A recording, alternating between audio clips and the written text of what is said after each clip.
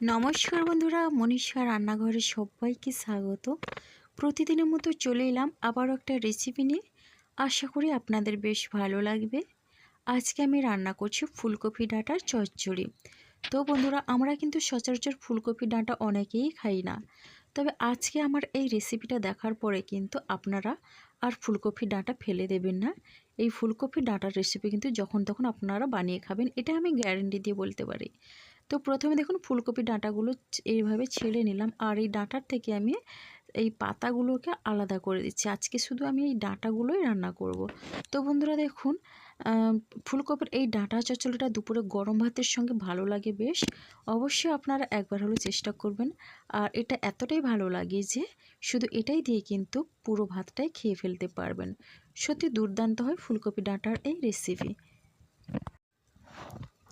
এখন আমি এই ডাঁটাগুলো লম্বা করে কেটে নিচ্ছি। তো দেখেই বুঝতে পারছেন কীভাবে আমি ডাঁটাগুলো কাটছি। আর এই ডাঁটাগুলো কিন্তু বেশি আমি সরু করব না। তো একটা ডাঁটা থেকে আমি 3-4 টুকরো করে সেভাবে কেটে নেব। মানে ডাঁটা দেখেই কিন্তু আমি কাটবো কতটা মোটা আর কতটা সরু করব। তো দেখুন বন্ধুরা, এইভাবে করে আমি এখানে সবগুলো ডাঁটা একে একে কেটে নিলাম। আর দেখেই বুঝতে পারছেন খুব সহজেই কিন্তু এই ডাঁটাগুলো কাটা হয়ে যায়। আপনারা চাইলে কিন্তু বঁটি দিয়েও কেটে নিতে পারেন। আমি ছুরি দিয়ে কেটে নিয়েছি। এখন এই ডাঁটাগুলো বেশ পরিষ্কার করে আমি ধুয়ে নেব। তো বন্ধুরা, এখন এই ডাঁটার চচ্চড়ির জন্য এখানে আমি নিয়েছি সবজি। তো সবজির মধ্যে আছে আলু, বেগুন আর কুঁদরি। এবার দেখুন আলুগুলোকেও লম্বা করে কেটে নিয়েছি, একই রকমভাবে কুঁদরিও লম্বা করে কেটে নিয়েছে।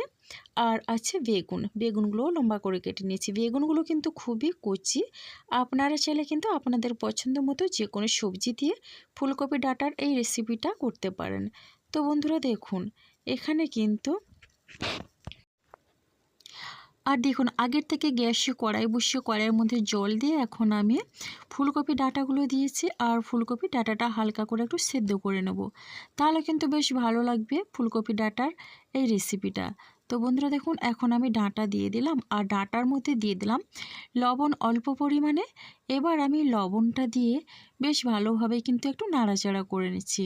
তো বন্ধুরা দেখুন, এখন এই ফুলকপি ডাঁটাকে আমি ঢাকনা দিয়ে সেদ্ধ করে নিচ্ছি মিনিমাম 5 মিনিট, একেবারে হাই ফ্লেমে।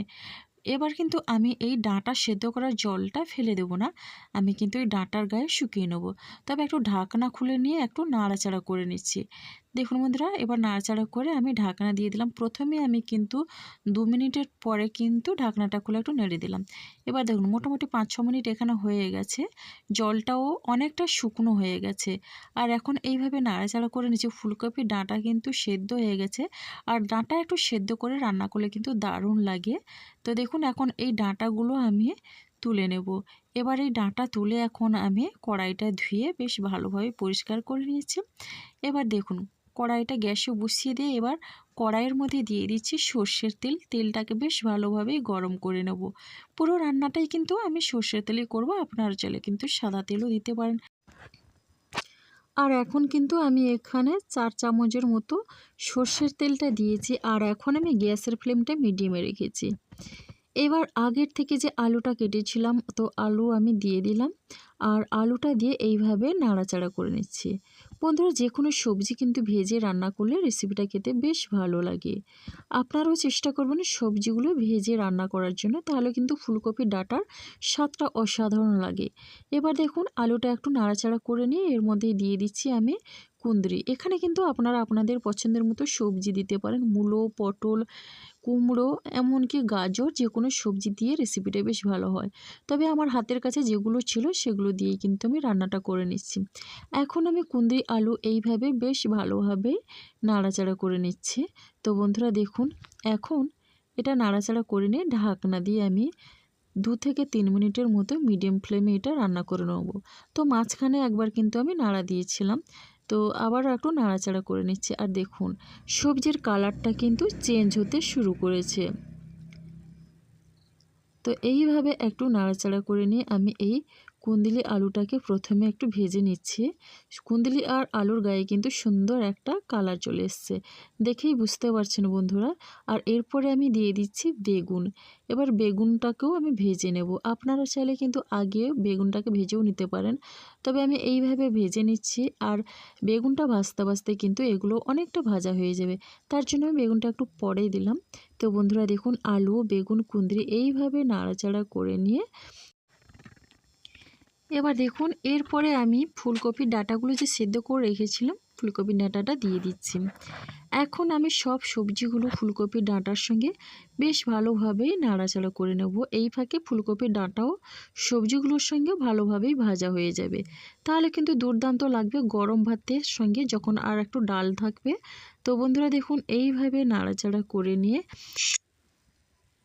এবার আমি সবজিগুলো তুলে নিচ্ছি।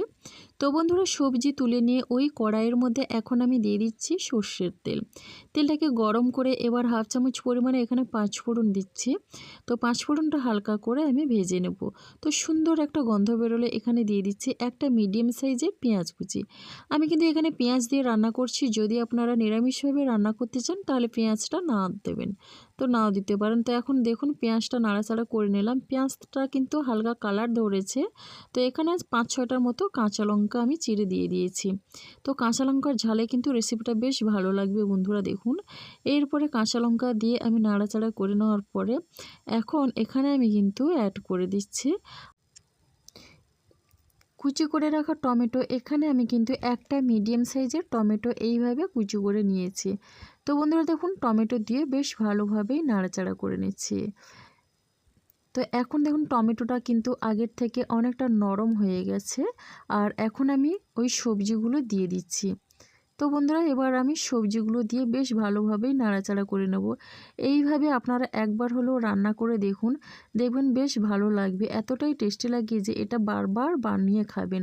ফুলকপি ডাঁটা আর কোনোদিন ফেলবে না, গ্যারান্টি দিয়ে বলতে পারি। তো দেখুন এইভাবে নাড়াচাড়া করে কিন্তু ওই মশলাগুলোর সঙ্গে বেশ ভালোভাবেই আমি ভেজে নেব। তার আগে এখানে আমি দিয়ে দিচ্ছি দেখুন স্বাদ অনুসারে লবণ, আর দিয়ে দিচ্ছি কালারের জন্য হলুদের গুঁড়ো। এখানে কিন্তু আমি কোনো রকমের গুঁড়ো লঙ্কার ব্যবহার করছি না। তো বন্ধুরা এরপরে কিন্তু আমি বেশ ভালোভাবেই নাড়াচাড়া করে নিচ্ছি। আপনারা ফুলকপি ডাঁটা অনেক রকমভাবে রান্না করেছেন, তবে এইভাবে একবার হলো রান্না করে দেখুন, দেখবেন যে একবার খাবে সে কিন্তু বারবার খেতে চাইবে, মুখে কিন্তু স্বাদ লেগে থাকবে। বাচ্চা বড় সবার কিন্তু বেশ ভালো লাগবে। তো দেখুন এইভাবে কিন্তু লবণ আর হলুদ দিয়ে বেশ ভালোভাবেই নাড়াচাড়া করে নিলাম, গ্যাসের ফ্লেমটা কিন্তু মিডিয়ামে রেখে। এখন কিন্তু এগুলো বেশ ভালোভাবেই কিন্তু আমার রান্না হয়ে গেছে। আর এরপরে এখানে আমি দিয়ে দিচ্ছি পরিমাণ মতো জল। তো এখন আমি জলটা দিয়ে আবারও এটা বেশ ভালোভাবে মিশিয়ে নেব। আর এখানে কিন্তু আমি ঈষদুষ্ণ গরম জলের ব্যবহার করছি। আর গরম জলের ব্যবহার করবেন অবশ্যই, তাহলে কিন্তু রান্নাটা বেশ ভালো হবে। এখন দেখুন ঢাকনা দিয়ে দিলাম, এটা হতে থাক। এদিকে একটা আমি মশলা করে নিচ্ছি। তো একটা তড়কা প্যানের মধ্যে হাফ চামচ পরিমাণে আমি গোটা জিরে নিয়ে নিলাম। আর এখানে দিয়ে দিচ্ছি সর্ষে, সাদা সর্ষে 1 চামচের মতো। এবার আমি এটা বেশ ভালোভাবেই নাড়াচাড়া করে হালকা করে একটু ভেজে নেব। আর আমি কিন্তু এখানে সর্ষেটা ভেজে রান্না করছি, ভেজে গুঁড়ো করে নেব। আপনারা চাইলে শিলপাটায় কাঁচা অবস্থায় বেটেও নিতে পারেন, কোনো অসুবিধা নেই। তবে এইভাবে একবার রান্না করে দেখুন, দুর্দান্ত স্বাদ পাবেন। তো বন্ধুরা দেখুন এবার আমি ঢাকনা দিয়ে যে রান্নাটা বসিয়েছিলাম, এবার ঢাকনাটা খুলে রান্নাটা আমি দেখে নিচ্ছি। তো দেখুন ঝোলটা কিন্তু বেশ ভালোভাবেই ফুটছে, তবে তো ঝোল রাখা যাবে না। তো এইভাবে আমি বেশ ভালোভাবেই নাড়াচাড়া করে নিচ্ছি। বন্ধুরা একবার হলেও এটা ট্রাই করবেন, আর কেমন লাগলো কমেন্ট করতে ভুলবেন না। আপনাদের একটা মিষ্টি কমেন্ট কিন্তু আমাকে অনেকটা উৎসাহ দেয় নতুন নতুন রেসিপি বানানোর জন্যে। তো দেখুন এখন নাড়াচাড়া করে নিয়ে আগের থেকে যে মশলাটা গুঁড়ো করে রেখেছিলাম, এবার ওই ভাজা মশলাটা দিয়ে দিলাম। এই মশলাটা কিন্তু স্বাদে গন্ধে অসাধারণ। এই মশলাটা দেওয়ার পরে কিন্তু এই রেসিপিটা থেকে দুর্দান্ত একটা গন্ধ বেরিয়েছে। তো বন্ধুরা দেখুন এটা এতটাই টেস্টি লাগে যে গরম ভাতের সঙ্গে একেবারে চেটে পুটে খেয়ে নেবেন। তো এখন আমি আবারও ঢাকনা দিয়ে আরও 2-3 মিনিটের মতো রান্না করে নিয়েছি মিডিয়াম ফ্লেমে রেখে। এবার দেখুন এখানে আমি দিয়ে দিচ্ছি খুবই অল্প পরিমাণে চিনি। চিনিটা দিলে কিন্তু স্বাদটা দ্বিগুণ হবে, যেহেতু ফুলকপির ডাঁটার নিজস্ব একটা স্বাদ নেই। তো এইভাবে করে একবার রান্না করুন, বেশ ভালো লাগবে। তো এখন আমি চিনিটা দিয়ে বেশ ভালোভাবে নাড়াচাড়া করে নিচ্ছি। রেসিপিটা কিন্তু আমার হয়ে গেছে, দেখেই বুঝতে পারছেন। আর এই রেসিপি ভালো লাগলে লাইক, শেয়ার, কমেন্ট এবং সাবস্ক্রাইব করে আমার পাশে থাকবেন। তো নতুন বন্ধুরা এখনও যারা আমার চ্যানেলটিকে সাবস্ক্রাইব করেননি, প্লিজ সাবস্ক্রাইব করে পাশে থাকা বেল আইকনটি প্রেস করে নোটিফিকেশান অল করে দেবেন, তাহলে কিন্তু সবার আগে আপনারা আমার নোটিফিকেশান পেয়ে যাবেন। তাহলে দেখুন বন্ধুরা, ফুলকপির ডাঁটার এই রেসিপিটা কতটা লোভনীয় হয়েছে। তো দেখুন, দেখেই কিন্তু খেতে ইচ্ছে করছে, এতটাই লোভনীয় হয়েছে যে আজকের রেসিপিটা এই পর্যন্ত। আর আগামীকাল আসবো আবারও একটা নতুন রেসিপি নিয়ে। আপনার সবাই সুস্থ থাকুন, ভালো থাকুন, অসংখ্য